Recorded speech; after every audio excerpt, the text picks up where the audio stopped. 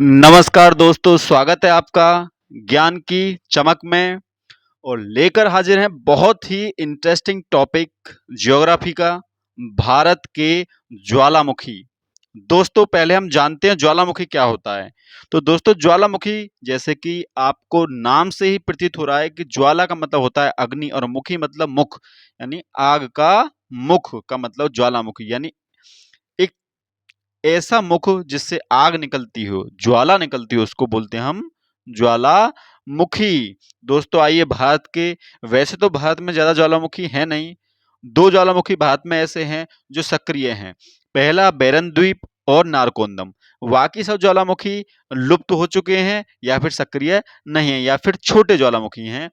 तो पहला है बैरन द्वीप ज्वालामुखी। ये एक सक्रिय ज्वालामुखी है और इसका जो क्षेत्रफल है वो 3 किलोमीटर स्क्वायर है, या 3 वर्ग किलोमीटर इसको बोल सकते हैं, इसका क्षेत्रफल है। और यह 28 मई 2005 को फटा था। और यह अंडमान निकोबार जो द्वीप समूह है ना, उसका ही एक द्वीप है। बैरन द्वीप अंडमान निकोबार द्वीप समूह का ही एक द्वीप है। ये पोर्ट ब्लेयर, इसकी जो राजधानी है अंडमान निकोबार की पोर्ट ब्लेयर, उससे 131 किलोमीटर दूर बंगाल की खाड़ी में स्थित है। ये अंडमान निकोबार द्वीपों में सबसे उत्तर पूर्वी द्वीप है, सबसे पूर्वी द्वीप है ये बैरन द्वीप। अंडमान निकोबार द्वीपों में सबसे पूर्वी द्वीप है। इसकी ऊंचाई 354 मीटर है। इसकी ऊंचाई 354 मीटर है। यह लास्ट टाइम 2017 में फटा है और अब तक ये 10 बार फट चुका है।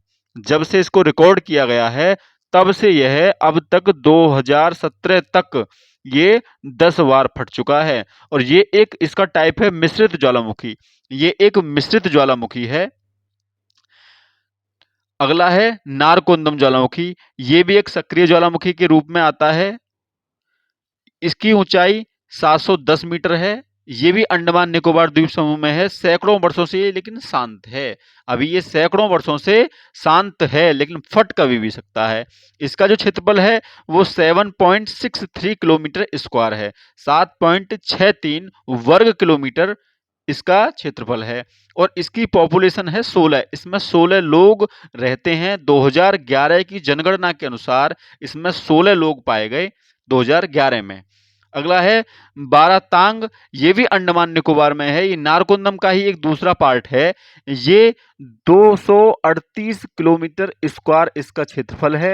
ये गारामुखी, इसका जो प्रकार है वो गारामुखी है और ये 2003 से सक्रिय है। 2003 से ये बारातांग जो ज्वालामुखी है ये सक्रिय है। अगला है ये दक्कन बंद, धनोधर पर्वत, धौसी पहाड़ी, तोसाम पहाड़ी। ये हैं तो सारे भारत के ही ज्वालामुखी, परंतु ये सारे लुप्त हो चुके हैं। ये कभी ज्वालामुखी थे लेकिन प्रेजेंट में इनका नामो निशान नहीं है। ये सारे ज्वालामुखी लुप्त हो चुके हैं। ये सारे ज्वालामुखी गायब हो चुके हैं। अब आइए समझते हैं ज्वालामुखी होता कैसा है। तो ज्वालामुखी का जो रूप है शंकुआकार होता है।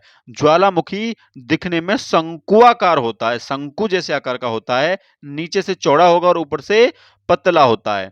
इसके मुंह से, इसका ये मुख होता है उसको बोलते हैं क्रेटर। इसके मुख को बोलते हैं क्रिएटर। और इसमें से जो निकलता है उसको बोलते हैं लावा। जो तरल पदार्थ निकलता है उसको बोलते हैं लावा। लावा के अलावा इसमें से जलवाष्प और गैसें निकलती हैं। जलवाष्प और गैसें निकलती हैं। और लावा बहुत ही गर्म, एकदम रेड होता है, लाल होता है। और ये जब ये जमीन पे गिर जाता है, लावा जब ये जमीन पे गिर जाता है, बह बह के नीचे आ जाता है, नीचे आ जाता है, तो इसको बोला जाता है मैग्मा।